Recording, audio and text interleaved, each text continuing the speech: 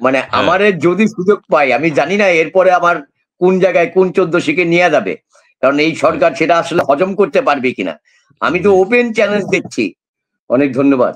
দেখুন, আলোচনার শুরুতেই আমি মুক্তিযুদ্ধের মহান শহীদ ৩০ লক্ষ শহীদের প্রতি শ্রদ্ধা জানাচ্ছি এবং আমাদের সেই বীর নারী মুক্তিযোদ্ধাদের প্রতি শ্রদ্ধা জানাচ্ছি এবং ৭১ থেকে এখন পর্যন্ত গণতন্ত্র প্রতিষ্ঠার সংগ্রামে যারাই লড়াই করেছেন, আত্মবলিদান দিয়েছেন, তাদের সকলের প্রতি শ্রদ্ধা জানিয়ে শুরু করছি। দেখুন, আ বলা হয় যে একটি কথা আমরা প্রায়শই শুনি যে গণমাধ্যম হচ্ছে একটি রাষ্ট্রের 4th স্টেট, অর্থাৎ 4th স্টেট বলা হয়, ৪র্থ স্তম্ভ। তো বাস্তবতাটা দাঁড়িয়েছে এরকম যে ডেমোক্রেসি পৃথিবীর যত জায়গায় আছে, সেইখানে আসলে আ ডেমোক্রেসির সঙ্গে যে গণমাধ্যমের সম্পর্ক যেরকম হওয়ার কথা, পৃথিবীর অনেক দেশেই সেটা নেই। আমাদের দেশেও সেটা যে ছিল খুব বেশি তা নয়। উল্লেখযোগ্য ব্যতিক্রম ছিল ৭১, ৭১ এর অব্যবহিত পূর্বে এবং ৭১ এর অব্যবহিত পরের সময়টা।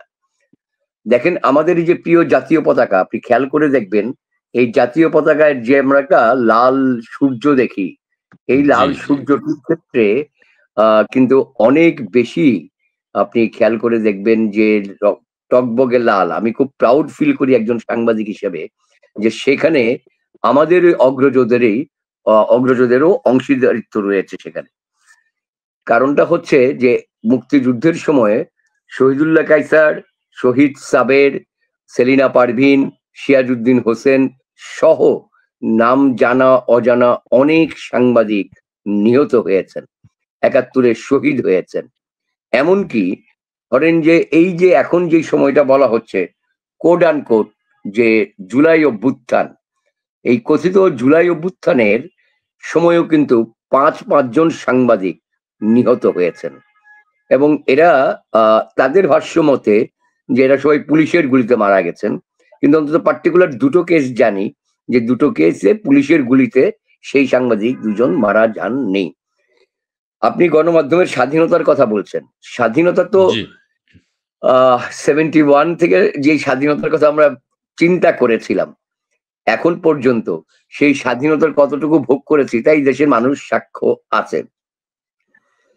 আজকে আমি একটু ব্যক্তিগত অ কথা হয়তো হয়ে যাবে।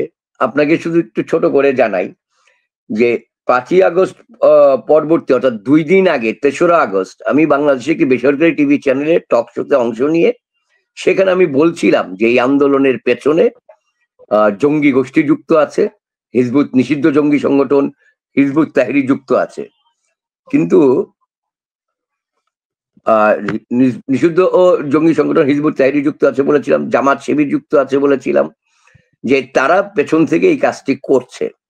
তো বলে সেদিন যখন আমি ৩ তারিখ ফিরছিলাম বাসায়, একটু লেট নাইট এর দিকে সেই শোটি হচ্ছিল। আমি খোলামেলা বলতেই পারি ৭১ এ ছিল সেটি। ৩রা অগস্ট ৭১ এ শো করে যখন বাসায় ফিরছি, ফিরতে আ তারা আমার মানে তাদের তারাই আমাকে চেয়েছিল বাসা পর্যন্ত নামাতে। কিন্তু আমি টেকনিক্যাল কারণে সেই সময় বাসা পর্যন্ত তাদের গাড়িটি আনিনি। কারণ টেলিভিশনের গাড়িগুলো জ্বালিয়ে দেওয়া হচ্ছিল, আক্রমণের শিকার হচ্ছিল। আমি মগবাজারে গাড়িটি ছেড়ে দেই। সেখান থেকে একটি রিক্সা নিয়ে যখন আমি মালিবাগ এলাকায় থাকি, সেখানে যখন আসার পথে ওয়াললেসের মোড়ে ৩ তারিখ রাতেই রাত তখন প্রায় ২:৩০ মতো বাজে। আমি কিন্তু সেখানে একটি মুখে রুমাল বাঁধা ওই যে আ আপনার ইয়াসির আরাফাতের সেই বিখ্যাত রুমাল, সেই হুম, বিখ্যাত হুম, রুমাল হুম। গলায় পেঁচানো এবং মুখে বাঁধা অবস্থায় তারা আমাকে পথ আটকালো এবং চাপাতি আচ্ছা। হাতে। আমি তখন হুম। রিক্সায় ছিলাম। আমার ডান হাতে এখনো দাগটি রয়েছে। তারা আমার অর্থাৎ সেই সময় যেহেতু আমি অতীতের উদাহরণ দিয়েছিলাম যে তারা হাত পায়ের রগ কাটে। তো হুম। আমাকে বলার সময় মোটামুটি কিশোর বলা চলে। কিশোর থেকে একটু বেশি বয়সী হবে। তরুণও হয়নি। অর্থাৎ এই যে জি। ধরেন যে এখন যারা যে সমস্ত বাচ্চারা আন্দোলন করেছে, সেই বয়সী। তারা বলল, "হাত পায়ের না বলে আমরা রগ কাটি, এবার তোর রগটা কাইটা দেখাইয়া দেই।" এটা ছিল তাদের ডায়ালগ। তো যাই হোক, সেখানে একটু দূরবর্তী জায়গাতে আরেকজন দাঁড়িয়ে ছিলেন তাদের। সে সামহাউ কি মনে করে তাদেরকে আবার সরিয়ে নিয়ে যায়। কিন্তু যেহেতু আমার হাতের এই কনুইয়ের এই জায়গাতে চাপাতিটি ধরা ছিল। ওরা যখন টান দিয়ে নিয়ে যায় চাপাতিটি, তখন আপনার আমার বেশ খানিকটাই কেটে যায়। যাই হোক, এটা আমি ৩ তারিখের কথা বললাম। এবং আমি যে জি। পরের দিন গিয়ে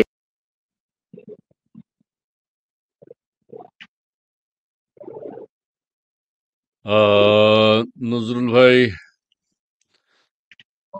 রক কাটার কথা বলতে গিয়ে জি। জি। না একটু ওই এটা আমি ইদানিং কালে এটা দেখছি আর কি, যে যেহেতু আমি ইদানিং কথা বলা মুখ খোলা শুরু করেছি, যখনই কথা বলতে থাকি তখনই ধরেন যে এরকম ডিস্টার্ব শুরু হয়ে যায় আর কি ইন্টারনেটে। সো নাথিং নিউ এটা। তো আমি সেই এটা গেল ৩রা আগস্টের কথা বললাম আপনাকে, স্বাধীনতার জি। কথাটা। এবং ৩ তারিখে সময় একটা ফেসবুকে পোস্ট দিয়েছিলাম, কারণ আমি টের পাচ্ছিলাম ঘটনা কোন দিকে যাচ্ছে। আমি বলেছিলাম যে অন্তত কাপুরুষের মতো পেছন থেকে এসে মারিস না। ১৪ই ডিসেম্বর যেমনি করে তুলে নিয়ে গেছে, উই আর রেডি, বিকজ আমাদের ধমনীতে শহীদের রক্ত বিরাজমান। আমরা মুক্তিযোদ্ধা পরিবারের সন্তান। ফলে মুক্তিযুদ্ধের চেতনা সমন্বিত রাখার জন্য যতক্ষণ পর্যন্ত আছে, আমি ফেসবুকে একটি স্ট্যাটাস দেই, সেখানে আপনি দেখবেন এখনো আছে কেউ কেউ। দেখলাম যে সম্প্রতি আমার আপনার চেনা অনেক সাংবাদিকও আছেন সেই তালিকায় ছিলেন, যারা আমাকে রীতিমতো গালিগালাজ করেছেন যা আমার সেই স্ট্যাটাসের কারণে। এখন অবশ্য তারা ভুল পাল্টানোর চেষ্টা করছেন, তারা নানা কিছু বলছেন, কিন্তু তারা রাতারাতি সবাই বিপ্লবী হয়ে গেছিলেন তখন। তো জি। এটা আমি ৩ আগস্ট একটা দৃশ্যের কথা বললাম। ৫ই আগস্ট যখন শেখ হাসিনা চলে গেলেন দেশ ছেড়ে, তার পরবর্তীতে যে সিচুয়েশন ৫ থেকে ৮ই আগস্ট পর্যন্ত সারা দেশে, এবং ৫ই আগস্ট দুপুরের পর থেকে টেলিভিশন বলেন, পত্রিকা অফিস বলেন, এক ম্যাসাকার হয়ে গেছে সেখানে। একটু আমিন ভাইকে একটু ধরতে চাই আজকে, যেহেতু পেলাম আমিন ভাইকে, কারণ আমিন ভাই একসময় প্রচার বিভাগের দায়িত্বে ছিলেন আওয়ামী লীগে। আমাদের সঙ্গে খুবই মানে বন্ধুত্বপূর্ণ সম্পর্ক, এবং তার সঙ্গে একটা ভালো সহযোগিতা পেয়েছি। কিন্তু খুব বিনয়ের সঙ্গে আমিন ভাইকে জিজ্ঞেস করতে চাই যে আপনাদের সময় কি তাহলে কোনো সাংবাদিক নির্যাতন হয় নাই? আমাদেরকে রাজপথে নামতে হয়েছিল ডিজিটাল অ্যাক্টের ৫৭ ধারা বাতিলের দাবিতে। দীর্ঘ আন্দোলন সংগ্রামের পরে পরবর্তীতে আপনারা সেটা স্থগিত করেন। আপনারা সাংবাদিককে আপনাদের আমলে সাংবাদিককে জেলখানায় নিয়ে যাওয়া হয়েছিল। আপনাদের আমলে সাংবাদিককে কোমরে দড়ি দিয়ে বেঁধে নিয়ে যাওয়া হয়েছিল। পোড়া কপাল হিসেবে যে আমরাই সাংবাদিক হিসেবে সাংবাদিকতাকে পেশা হিসেবে নিয়েছি, কোন সরকারের আমলেই কোনো স্বাধীন ছিলাম না আমরা। আমাদের স্বাধীনতা, এখন স্বাধীনতা যদি বলেন, স্বাধীনতা ছিল আপনাদের আমলে আমাদের মালিকদের স্বাধীনতা। কারণ তারা আপনাদের দলকে, সরকারকে খুশি করার জন্য যা যা করা দরকার তা তা করেছে। এখনো তারা যা যা করা দরকার তা তাই করছে। ফলে সত্যিকার অর্থেই মিডিয়ার স্বাধীনতার কথা যদি বলেন, আমি বলবো যে আওয়ামী লীগের যতখানি পাপ করেছিল, আর এই সরকার তো মহাপাপ করছে। আওয়ামী লীগের আমলে ধরেন, আজকে একটু খুব বিনয়ের সঙ্গে বলতে চাই, আমি ব্যক্তিগতভাবে অসম্ভব রকম সংক্ষুব্ধ হয়েছিলাম, অসম্ভব রকম কষ্ট পেয়েছিলাম যখন কার্টুন বন্ধ করে দেওয়া হলো। যখন একটি প্রধানমন্ত্রীকে নিয়ে কোনো কথা বলা যাবে না, আপনি জাতির পিতা নিয়ে আইন করেছেন, কিন্তু প্রধানমন্ত্রীকে নিয়ে কোনো কথা বলা যাবে না, সমালোচনা করা যাবে না, এইরকম একটা আইন যখন পালিত হয়েছে, এটি তো বাক স্বাধীনতার উপরে সরাসরি হস্তক্ষেপ ছিল সেই সময়। আপনাকে মানে জায়গাটা বুঝতে হবে। আপনি ফেসবুকে একটা স্ট্যাটাস দিয়েছে বিশ্ববিদ্যালয়ের একজন শিক্ষক, আপনি তাকে গ্রেফতার করেছেন। একজন শিক্ষার্থী প্রধানমন্ত্রী সম্পর্কে কটূক্তি করেছে, তার জন্য ডিজিটাল আইনে তাকে তাকে গ্রেফতার করা হয়েছিল, এবং তাকে 11 মাস পর এই যে যখন আন্দোলন তুঙ্গে, তখন তাকে জামিন দেওয়া হয়। অতি সম্প্রতি সে ওই মামলা থেকে পুরোপুরি খালাস পেয়েছে। এই উদাহরণগুলি কিন্তু ছিল সমাজে। একটা কার্টুন করেছিল একজন কার্টুন, আমি একটু শেষ করি ইসমাইল ভাই, আমি আগের চিত্রটা বলতেছি, তারপর আমি পরের চিত্রটায় আসবো, তাহলে আপনি নিজেই বুঝে যাবেন, এবং দর্শকরাও, শ্রোতারাও যারা শুনছেন তারা বুঝবেন চিত্রটা কতটা ভয়াবহ। তো তারপরে ধরেন নাফিস শরফতকে নিয়ে একটা কার্টুন করার পদার্থে একজন কার্টুনিস্টকে ধরে নিয়ে গিয়ে যেভাবে তাকে পানিশমেন্ট দেওয়া হলো, তাকে জামিন পেতে আমাদের জান বেরিয়ে গেল, বহু কষ্টে জামিন হলো, এবং শেষ পর্যন্ত তাকে দেশ ছাড়া হতে হলো। এই তো বাস্তবতা ছিল আমাদের। সেখান থেকে এখন ধরেন মুক্তবাদ, মুক্ত স্বাধীনতা এরকম জায়গায় আসছে। সেই সময় ছিল যে একটা গ্রাফিতি ছিল, সুবোধ। ছাত্রলীগের কেউ ক্যাম্পাসে সেই সুবোধের গ্রাফিতি রাখতে দিত না, মুছে ফেলতো ছাত্রলীগের ছেলেমেয়েরা। তো আজকে যে সুবোধ ফিরে এসছে, এটি প্রধান উপদেষ্টার বক্তৃতার একটি লাইন থেকে বলছি আমি, যে সুবোধ আবার ফিরে এসছে, এখন আপনারা হাত খুলে লিখবেন। প্রতিটি কথা যে আপনার যদি হাত খুলে লিখবো, ধরেন আওয়ামী লীগের, যে আওয়ামী লীগ কি বাংলাদেশে কোনো নিষিদ্ধ দল? গত পয়লা ফেব্রুয়ারি থেকে আওয়ামী লীগের কি রাজনৈতিক কর্মসূচি চলছে? আপনার চোখে পড়েছে কি ইসমাইল বাংলাদেশের মিডিয়াতে সেই নিয়ে কোনো রিপোর্ট? যখন বিলি করতে গিয়ে গ্রেপ্তার হচ্ছে বা জনগণ ধরে দিচ্ছে আওয়ামী লীগের কর্মীকে, এইরকম রিপোর্ট ছাপানোর জন্য বলা হচ্ছে সরকারের প্রশাসন থেকে যে অমুক এলাকায় 2 জন ধরা পড়ছে, নিউজটা কভার করেন। জি আমি বলছি যে এইটা যেমন আছে, আপনি ধরেন ইনক্লুডিং মি, বাংলাদেশের 231 জন সাংবাদিক আমার জানা মতে, আমার ব্যক্তিগতভাবে জানা মতে সরাসরি হত্যা মামলার আসামি। ভাবা যায় পৃথিবীর কোথাও কোনো দেশে সরকার পতনে বা কোন একটি নির্দিষ্ট সরকারের পক্ষে কথা বলার পর তার বিরুদ্ধে হত্যা মামলা করা হয়েছে এমন উদাহরণ পৃথিবীর একটি দেশে দিতে পারবেন না। আমার কথা হচ্ছে আজকে ইসরায়েলিরা যেভাবে ফিলিস্তিনে গণমাধ্যমে যারা কাজ করছেন, গণমাধ্যম কর্মীরা যেখানে থাকেন সেখানে যেরকম বোমা ফালায়, আমাদের জীবনের উপর তো এরকম করে বোমা ফালানো হচ্ছে আজকে একটার পর একটা। আপনি ধরেন আমার একটা তথ্য আমরা দেখতে পাচ্ছি এখানে, দেখুন দর্শকরা এখানে দেখতে পাচ্ছেন যে কতগুলো মামলা হয়েছে। এটা অসম্পূর্ণ তথ্য, এটা এখনো মানে কমপ্লিট হয় নাই। আপনাকে মানে কি ধরনের তথ্য এখানে হচ্ছে আপনারা কিচ্ছু না, আমি বলবো শুধু প্রধান উপদেষ্টার প্রেস সচিবের ভাষ্যগুলি যদি খালি শোনেন প্রতিদিন, তাইলেই বুঝতে পারবেন যে যখন তিনি বিভিন্ন গণমাধ্যমে এসে যে ভাষায় বা সংবাদ ব্রিফিং এ যে ভাষায় কথা বলেন, তার যে বডি ল্যাঙ্গুয়েজ, এটি পৃথিবীর কোথাও একজন সরকারি কর্মকর্তা স্পোক্সম্যান হিসেবে এইভাবে কথা বলে কিনা। এই সরকার থেকে অন্তর্বর্তী সরকার, এই সরকারে কোনো পলিটিক্যাল ম্যান্ডেট নাই, এই সরকার কোনো পলিটিক্যাল দলের পারপাস, কোনো সুনির্দিষ্ট দর্শনের পারপাস সার্ভ করার জন্য নয়। কারণ আপনি যদি ছাত্রদের পক্ষ থেকে আসেন, এখানে নানা শ্রেণী পেশার নানা বিশেষের ছাত্ররা অংশ নিয়েছে এখানে। ফলে বৈষম্য বিরোধী ছাত্র আন্দোলনে তখন রাজনৈতিক দলও ছিল না। ফলে ওই চরিত্রগুলি দেখে আপনাকে বুঝতে হবে যে আগে তো ধরেন যে আওয়ামী লীগের বিরুদ্ধে ছিল যে ব্লগার হত্যার বিচার হয় নাই, আর এখন যে বিচার তো হবে দূরের কথা, আমি বিচার পাওয়ার জন্য যে কোর্টে যাব, আমি যে কোর্টে হাজিরা দিতে যাব, আমি আইনি লড়াই করব, সেই বাস্তবতাও নাই। কারণটা কি? সেইখানে আপনি মব ভায়োলেন্স এস্টাবলিশ করাইছেন। পৃথিবীর কোথাও দেখছেন কোন আদালতে আইনজীবীরা গিয়ে যে যাকে অ্যারেস্ট করা হয়েছে তাকে মারে? এই তো আমার ল এন্ড অর্ডার সিচুয়েশন। জনাব নজরুল কবির, আপনাকে একটা কথা জিজ্ঞেস করি যে আওয়ামী লীগ সরকারের যে ডিজিটাল সিকিউরিটি অ্যাক্ট, যেটির বিরুদ্ধে সাংবাদিকরাও অনেক কথা বলেছেন, অনেক কিছু করেছেন, কিন্তু সেটি এখন পর্যন্ত বাতিল করা হয়নি। এই বিষয়ে কি আপনারা কোনো পদক্ষেপ নিচ্ছেন? হ্যাঁ শোনেন, এইটা বাতিল করতে পারবে না, করবেও না। কারণটা হচ্ছে আওয়ামী লীগও যেমন জঙ্গিরা যখন আওয়ামী লীগের বিরুদ্ধে গুজব ছড়াইতো, এইরকম কোনো জঙ্গিরা গ্রেপ্তার করে নাই গুজব রচনাকারীদের। গ্রেপ্তার করছে কাদের? আপনি দেখবেন যারা একটু মুক্ত স্বাধীনতা নিয়ে সরকারের সমালোচনা করছে তাদেরকে গ্রেপ্তার করছে।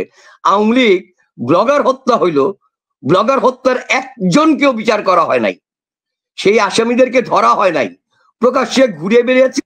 যারা যেই 2-1 ধরা পড়ছিল তাদেরকে জামিনে ছেড়ে দিছে, এবং জামিনে ছেড়ে দেওয়ার পর তারা বীর দর্পে ঘুরে বেড়াইছে। ফলে আওয়ামী লীগের ওই পাপের প্রায়শ্চিত্ত এখন আমাদের কাছে আসছে মহাপাপ হইয়া। এতটাই ভয়ঙ্কর, আমি বলছি এতটাই ভয়ঙ্কর।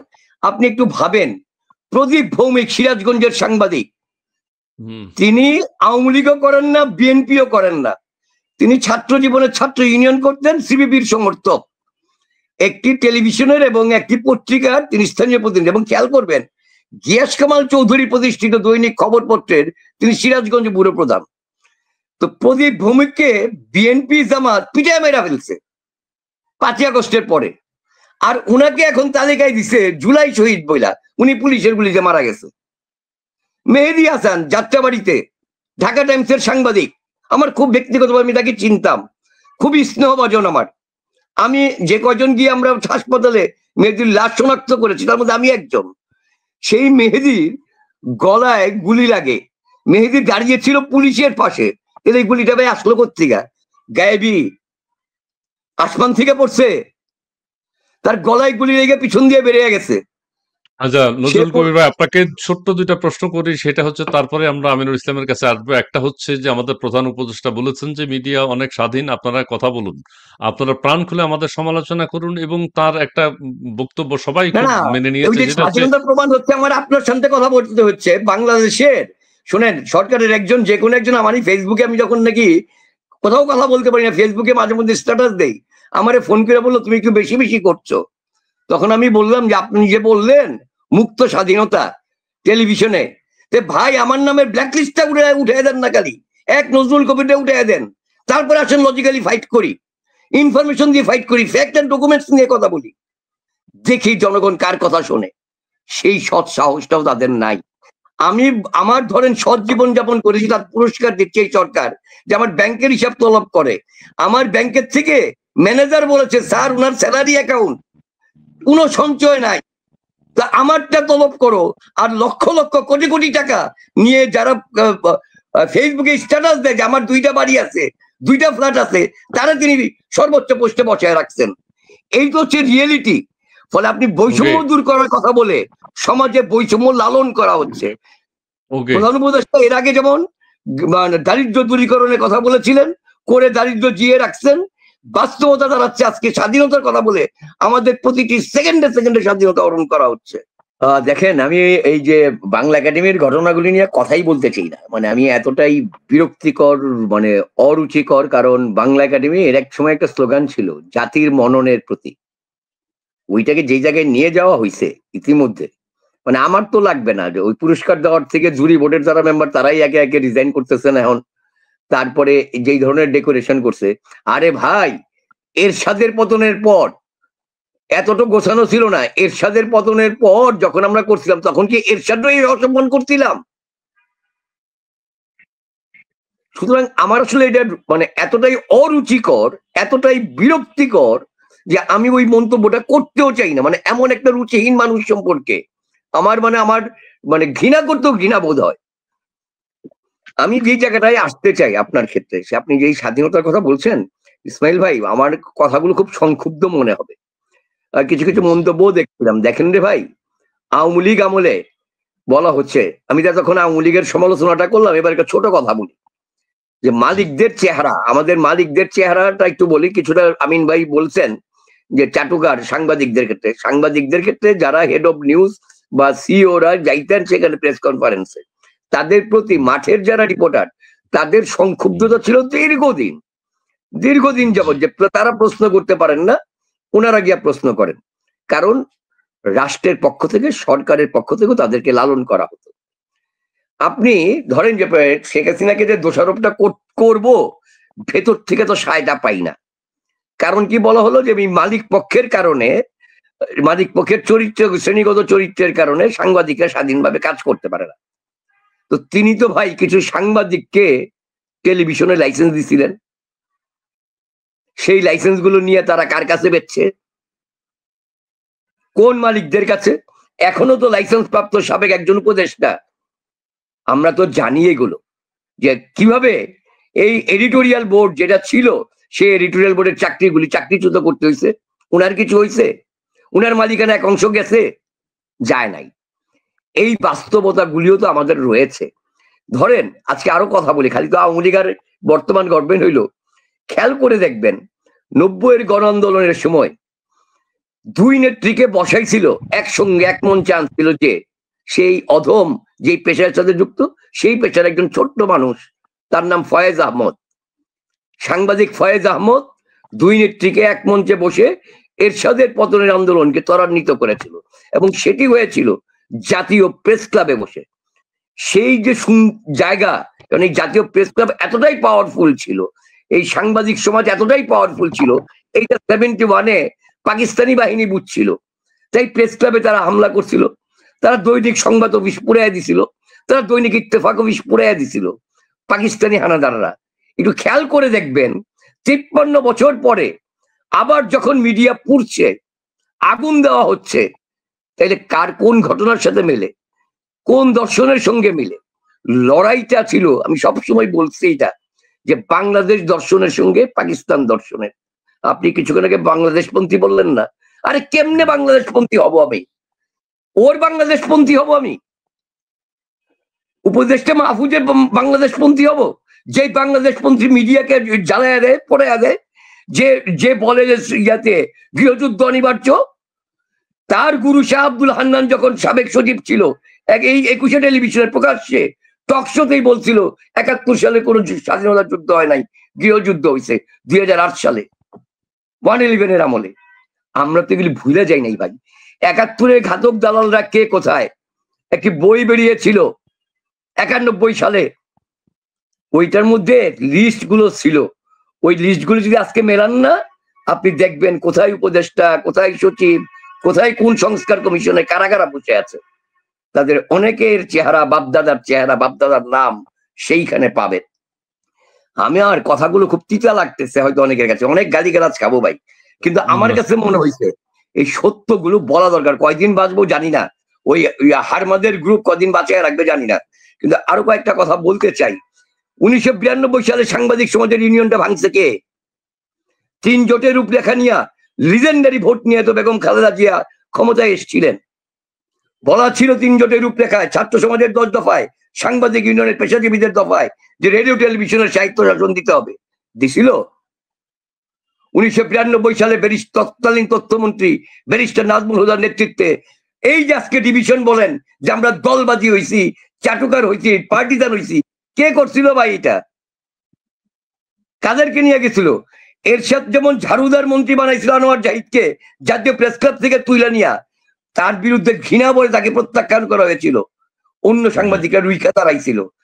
এখন এই দেশে ওই সময় মোনাজাত উদ্দিনরা তো জন্মাইছিল, এই দেশে এখন আর মোনাজাত উদ্দিনরাও জন্মায় না, তোফাজ্জল হোসেন মানিক মিয়ারাও জন্মায় না, জহুর আহমেদ চৌধুরীও জন্মায় না। এখন জন্মায় ব্যবসায়ীরা। রাজনৈতিক দলগুলো তাদের পকেটে রাখার জন্য মালিকানা দেয় ব্যবসায়ীদের, যাতে করে ভাগ বাটোয়ারাটা সমান সমান করা যায়। সত্যিকার অর্থে ডেমোক্রেসি চাইলে যারা যেই রাজনৈতিক দল ডেমোক্রেসি চাবে, তার অন্যতম শর্ত হবে সে সংবাদপত্রকে আগে সবচেয়ে বেশি স্বাধীনতা দিবে, তাইলেই ডেমোক্রেসি সত্যই হবে। আসলে ওনারা তো পণ্ডিত মানুষ, আন্তর্জাতিক খ্যাতি সম্পন্ন, আমার মধ্যে একটা ক্ষুদ্র মানুষ, ওনাদের সমালোচনা করলে ওনাদের, তারপর শিক্ষক মানুষ ছিলেন, আমার কি আর মানে ওনাদের কি আর ইজ্জত থাকে? আমি ধরেন এই যে কিছুক্ষণ আগে আপনি দর্শকদের এটা পড়তে বলছিলেন, তো আমার চোখের ক্ষেত্রে সমস্যা হয় খুব, তারপরে অনেক ছোট টাইপে পড়লাম। কয়েকটার মধ্যে একটার কথা বলি, ট্রু ভয়েস নামে একটা নামে একজন লিখছেন, মিডিয়া এখনো কেন ভয় পায়? যে আগে সরকার চাটুকারিতা করছে, এখন চাটুকারিতা করছে, তাহলে মিডিয়া এখন ভয় পায় কেন? ভাই ওনার উদ্দেশ্যে বলছি যে আপনি যেই কারণে ট্রু ভয়েস হয়েছেন, ওই কারণেই ভয় পায়। মানে আপনি তো সামাজিক যোগাযোগ মাধ্যমে ট্রু ভয়েস ছদ্মনাম নিতে হচ্ছে আপনাকে। এখন ধরেন যে ভাই প্রাণের মায়া তো সবাই করে। আচ্ছা, এই বিষয়ে আমি একটু বলি, আমি অনেকদিন কিন্তু বুঝি নাই যে এরকম নাম ইউজ করে কেন। আমি আবার বলেছি ভাই আপনার নামগুলো পরিবর্তন করুন, নিজের নামে আসুন। তখন একজন আবার কমেন্টস লিখেছে যে ভাই নিজের নামে হলে তো সমস্যা আছে, ওই জন্য ছদ্মনামে নিজের মন্তব্যটা প্রচার করি। জি প্লিজ। আচ্ছা, এখন এই জায়গাতেই উত্তরটা আছে।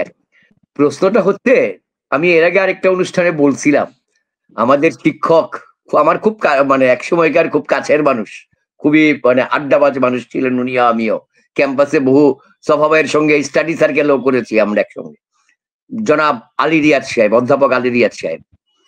তো আলী রিয়াদ সাহেবের একটা বিখ্যাত বই আছে, আমি এখন ডাউট করি ওইটাও মেটিকুলাস ডিজাইনের পার্ট ছিল, একটি বিশেষ গ্রুপের থেকে প্রকাশিত হওয়া, ভয়ের সংস্কৃতি, অনেকগুলো এডিশন চলতেছে। তো ভাই আমার বিনয়ে আজকেও আরেকবার আপনার মাধ্যমে, এই অনুষ্ঠানের মাধ্যমে স্যারের কাছে একটু জিজ্ঞাসা করতে চাই, স্যার কি এখন লিখবেন ভয়ের সংস্কৃতি 2024-2025? এখন কোন সংস্কৃতি বিরাজমান এই দেশে? ধারাবাহিক যেহেতু উনি হয়তো লিখবেন। যেই মানুষটি, শুনেন, যেই মানুষটি, আমি আলী রিয়াদ স্যারকে দিয়ে শুরু করলাম, কারণ উনি তো কলিজায় হাত দিচ্ছেন, বুঝছেন না? উনি তো বাংলাদেশের মুক্তিযুদ্ধ মুছা ফেলতে চাচ্ছেন। মুখে বলেন যে 71 মুছতে চাই না, কিন্তু 72-এর আওয়ামী লীগের চাপায়া দেওয়া।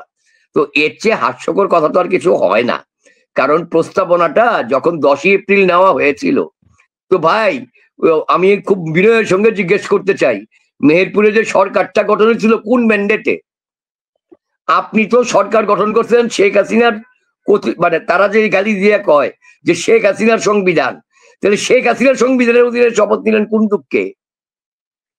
কারণ আপনি জানতেন এটা না হলে আপনাকে ভবিষ্যতে মৃত্যুদণ্ডের মুখোমুখি হইতে হবে।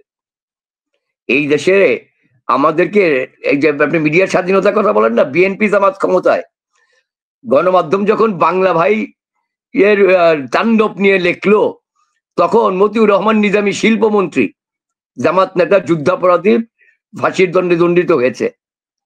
মতিউর রহমান নিজামী বলছিল বাংলা ভাই মিডিয়ার সৃষ্টি, আল্লাহর কি হুকুম, তারা ক্ষমতায় থাকতে তাদের হাত দিয়ে বাংলা ভাইয়ের ফাঁসি হয়েছে। তো আমরা তো সেই মিডিয়ার লোক, বুঝছেন না? তো এখন সেই রকম জায়গা থেকে বলতেছি, এই যে মাহফুজ সাহেব, আলী রিয়াদ সাহেব এবং ডক্টর ইউনূস সাহেবরা যা যা বলছেন এখন, এই প্রত্যেকটি জিনিস তাদের জীবনে ঠিক বুমেরাং হয়ে ফিরে আসবে। আমি হয়তো বেঁচে না থাকতে পারি, আপনি বেঁচে না থাকতে পারেন, এই দেশে আমাদের সন্তানরা তার হিসাব নিবে। আমি যখন 92-এ সাংবাদিকতা করি এবং একই সঙ্গে ছাত্র রাজনীতির শেষ সময়টায়, সেই সময়ও কিন্তু তখন যখন শহীদ জননী গণ আদালত হচ্ছিল, তখন আমরা বিশ্বাস করতে পারি নাই যে সত্যি সত্যি এই দেশে রাজাকারদের বিচার হবে। যেই দিন কাঠগড়ায় এই আন্তর্জাতিক অপরাধ ট্রাইব্যুনালে রাজাকারদের তোলা হয়েছিল, সেদিন আমার চোখ দিয়ে পানি পড়েছিল। সেই সময়কার ট্রাইব্যুনালের বিচারপতি পরবর্তী চিফ জাস্টিস, যে তাকে মব ভায়োলেন্সের মাধ্যমে রিজাইন করতে বাধ্য করা হলো, ওবায়দুল হাসান, আমাকে বলেছিলেন যে এটা ইমোশনের জায়গা না, এটা কোর্ট, ইউ মে গো। আমাকে পরে সিনিয়র সাংবাদিককে বের করে নিয়ে আসছিলেন, কারণ আমার কাছে অবিশ্বাস্য ঘটনা মনে হচ্ছিল। শেখ হাসিনা তো আমি হাজার সমালোচনা করতে পারি, কিন্তু তিনি তো ইতিহাসের দায় মিটিয়েছিলেন, বিচারহীনতার সংস্কৃতির জায়গায় বিচার প্রতিষ্ঠা করেছিলেন। পৃথিবীর কোন দেশে নাই মুক্তিযুদ্ধের বিরোধিতাকারী, স্বাধীনতার বিরোধিতাকারী দলকে রাজনীতি করতে দেওয়া হয়। আজকে আপনারা মাহফুজ সাহেবদেরকে জিজ্ঞেস করতে চাই, আপনারা বলছেন ফ্যাসিস্টদেরকে রাজনীতি করতে দেওয়া যাবে না, তাদের হাত রক্তে রঞ্জিত, আর 30 লাখ শহীদের হাত কার রক্তে রঞ্জিত? তার হয়ে ওকালতি কেমনে করেন? তার পক্ষ নিয়ে কথা বলেন কি করে? আপনি আপনার মায়ের বিরুদ্ধে কথা বলতে পারছেন, আপনি আপনার মাকে সঙ্গে নিয়ে কথা বলতে পারছেন, যে মাকে দর্শন করছে, যারা দর্শনকারীদেরকে নিয়ে কথা বলতে পারছেন, আর আপনি এখন আসছেন আপনার ভাই আপনার সালাম দেয় নাই সেটা নিয়ে কথা বলতে। এই যে চাতুরিগুলো, এই চাতুরিগুলো এখন আমি আপনি বুঝতে পারি না কেন জানেন? যে আমাদের শ্রেণীগত অবস্থানের কারণে। আমরা একটা সুবিধাবাদী মধ্যবিত্ত শ্রেণী, যেইখানে বিজয় দেখি সেইখানে ছাতা ধরি। আমি আপনার রেখা দেই, যেই বাংলাদেশের মানুষ, এই ঢাকা শহরে লাখ লাখ মানুষ দেখছেন আপনি, তার 80% নেমে আসবে যদি আজকে Sheikh Hasina somehow win over করে যায়। দেখে যে শেখ হাসিনা উইন ওভার করতেছে, সব তরতর করে ওই জায়গায় চলে যাবে। আমাদের যে সমস্ত মিডিয়ার লোকের আগে ছিল বিপ্লবীপনা দেখাইছে, তারা এখন সুর পাল্টাইছে যে হ্যাঁ ভাই তুমি যে বলছিলে, এখন তো দেখি তুমি তো সেই জুলাই আগস্টে কইছিলে আমরা তো ভুল বুঝছিলাম, এখন তো দেখি ওইগুলি হচ্ছে। আমার বড় বড় নেতারা, নমস্য নেতারা, সাংবাদিক নেতারা এখন আমারে বলতেছে। তো আমার মতো চুনোপুটি বুঝতে পারি ইতিহাসের পালস থেকে। কারণ কি, আমার কথা, কাজ আর আদর্শ, জীবন যাপনের অনুবাদ এক ছিল, উনাদের তা ছিল না। আমি ছোট্ট করে শেষ করতে চাই এই কথাটা বলে, যে ইতিহাস এমন এক জায়গা, ও কাউরে ছাড়ে না, কাউকে ছাড়ে না। ইতিহাস কিন্তু নির্মম সাক্ষী হিসেবে থাকে। আওয়ামী লীগের ত্রুটি ছিল, ভুল ছিল। সময় শেষ হয়ে আসছে বলে আমি শেষ করতে চাই, আমিন ভাই এখানে আছেন, আওয়ামী লীগকে বলতে হবে তার ভুলগুলো কি কি ছিল। আওয়ামী লীগকে বলতে হবে 2013 সালে গণজাগরণ মঞ্চ যে 5 দফা দাবি উঠিয়েছিল, সেই সময় কেন জামাত শিবিরকে নিষিদ্ধ করা হয় নাই? সেই সময় কেন ধর্মভিত্তিক রাজনীতি নিষিদ্ধ করা হয় নাই? বঙ্গবন্ধু তো করেছিলেন। এই দায় আওয়ামী লীগকে জবাব দিতে হবে। কেন হেফাজত সেই দিন গণজাগরণের পাল্টা আসছিল? কোন মন্ত্রী এই হেফাজতকে ডেকে আনছিলেন ঢাকায়? তাকে জবাবদিহিতে আনতে হবে আওয়ামী লীগকে। জনগণের কাছে সেই প্রতিশ্রুতি দিতে হবে যে ভবিষ্যতে যারা ক্ষমতায় আসলে, মনে করে দেখবেন 2009 সালে আওয়ামী লীগ বলছিল আমরা যুদ্ধাপরাধীদের বিচার করব। এই দেশের তরুণ সমাজ মানে বাক্স ভরে ভোট দিয়েছিল 2009 সালে আওয়ামী লীগকে। আওয়ামী লীগ সেই তরুণ সমাজকে অপমান করেছে। আওয়ামী লীগ যে হেফাজতের সঙ্গে রাজনীতি করেছে, তার প্রায়শ্চিত্ত আজকে সবচেয়ে বেশি ভোগ করছে আওয়ামী লীগ, আর তারপরে ভোগ করছে দেশের সাধারণ মানুষ। ধর্মপ্রাণ মানুষের সাধারণ ধর্মীয় অনুভূতি নিয়ে খেলেছিল, সেই জন্য আজকে আজকে আপনি ভাবতে পারেন বাংলাদেশে শেখ হাসিনার 1000টা বিচার হতে পারে, তার সে যদি দুর্নীতি করে থাকে 1000টা তদন্ত হতে পারে, আন্তর্জাতিক তদন্ত হতে পারে, কিন্তু শেখ হাসিনাকে আপনি ডাস্টবিনের পোস্টার বানাবেন? রাজনৈতিক ইতিহাস এই দেশের এত সহজ? এই দেশে এরশাদ পতনের পরেও তো পরের বছরই এরশাদ 5টা আসনে জিতছিল। অতিথিদের পক্ষ থেকে এই অভিযোগগুলো করা হয়েছে, যে অতিথি যারা এখানে আসছিল সেখানে অনেক দাওয়াতি মানুষ ছিলেন সেইখানে। মানে আমার কাছে শুধু বলবো যে মানে আইন যদি মানেন আপনি, আমি ধরে নিলাম যে সেইখানে একজন ক্রিমিনালই আছেন, ঠিক আছে? সেই ক্রিমিনাল থাকলে আপনি তাকে নর্মালি বসিয়ে রাখবেন, একজন পুলিশকে খবর দিবেন, কিছুই না থাকলে 999 আছে। আর ওইটা তো নৌবাহিনীরই কনভেনশন হল, পাশেই ইয়াতে ক্যাম্প ছিল, যে তারা আসবে, তারা এসে তাকে নর্মালি নিয়ে যাবে। ধরেন মানে আমি বলছি যে কোনো নাগরিক যদি মনে করে একজন ক্রিমিনাল এখানে আছে, সেই ক্রিমিনালকে ধরা হবে।